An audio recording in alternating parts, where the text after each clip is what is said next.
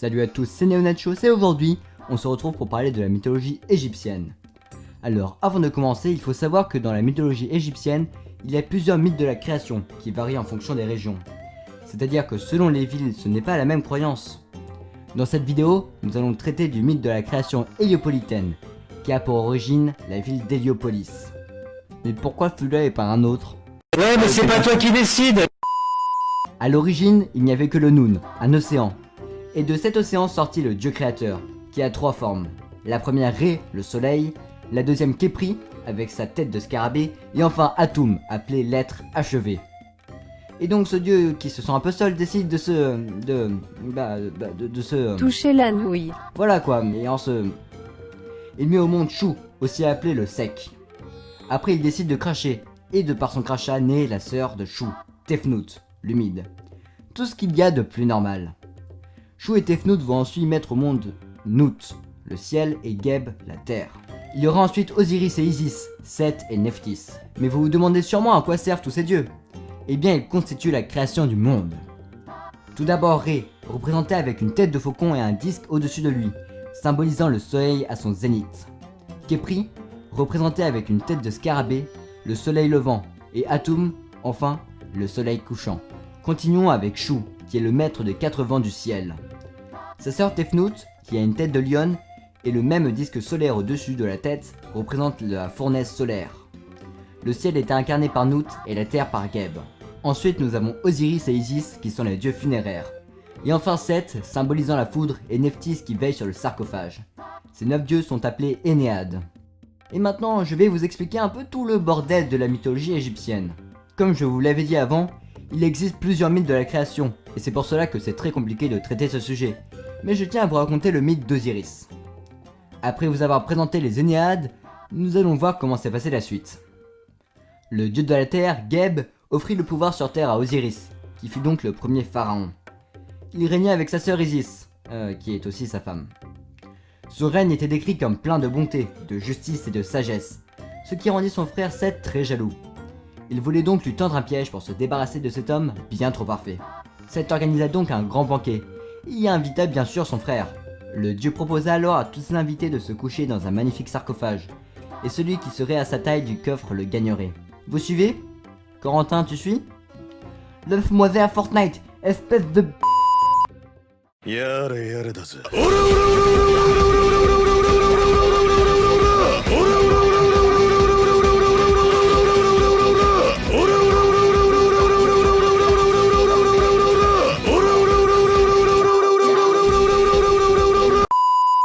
Vint alors le tour de Osiris de tenter sa chance. Il se coucha et comme par hasard, les dimensions étaient parfaites, ce qui était bien entendu un piège de Seth. Tout à coup, les invités se jetèrent sur le coffre pour le fermer. Seth se débarrassa alors de son frère en le jetant dans le Nil. La sœur d'Osiris, qui est aussi sa femme, parvient à le retrouver. Seth la prend et arrive à retrouver le corps et le déchire en 14 morceaux, comme du papier.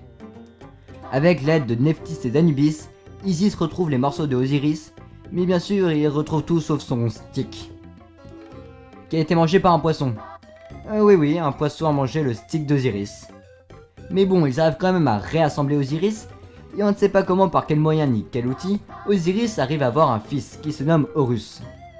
Oui, sans stick, il arrive à avoir un enfant. Horus affronte alors Seth, et au bout de la 1000e fois, il parvient à le vaincre, et règne alors sur l'Égypte. Ce qui fait donc qu'Osiris a perdu son trône, mais surtout son stick. Bon, en fait, il n'a pas tout perdu, parce qu'après, il devint le roi du royaume des morts, mais surtout, ce qu'il faut retenir, c'est qu'il n'avait plus de stick. Et ça, c'est pas réglo. En Égypte antique, la mort avait une place énorme dans la vie des Égyptiens. C'est pour cela qu'il y avait beaucoup de dieux en rapport avec la mort. Ils avaient aussi tout un rituel qui était composé de 2 parties. La première étape était le voyage du défunt vers l'au-delà, avec la cérémonie de l'embaumement. Et la seconde correspond au jugement du défunt par le dieu Osiris, lorsqu'il atteint l'au-delà, pour peut-être accéder à ce que l'on appelle le repos éternel. Si le corps n'est pas embaumé, il ne peut pas accéder au repos éternel. Ce rite fut d'ailleurs créé par Isis et Anubis lorsqu'ils reconstituaient le corps d'Osiris. Ce rite symbolise la renaissance du défunt. Pendant l'embaumement, on peut diviser le corps en plusieurs parties, dont le jet, qui correspond au corps, mais aussi le Ka, qui correspond au double spirituel qui accompagne le corps, depuis sa naissance et jusqu'à sa mort. Après avoir passé cette étape, arrive alors le jugement de l'âme. Le jugement de l'âme consiste à placer le cœur du défunt d'un côté d'une balance et de l'autre côté une plume. Si le cœur est plus léger que la plume, cela veut dire qu'il n'est pas entaché du péché. Le défunt peut alors rejoindre le royaume des morts.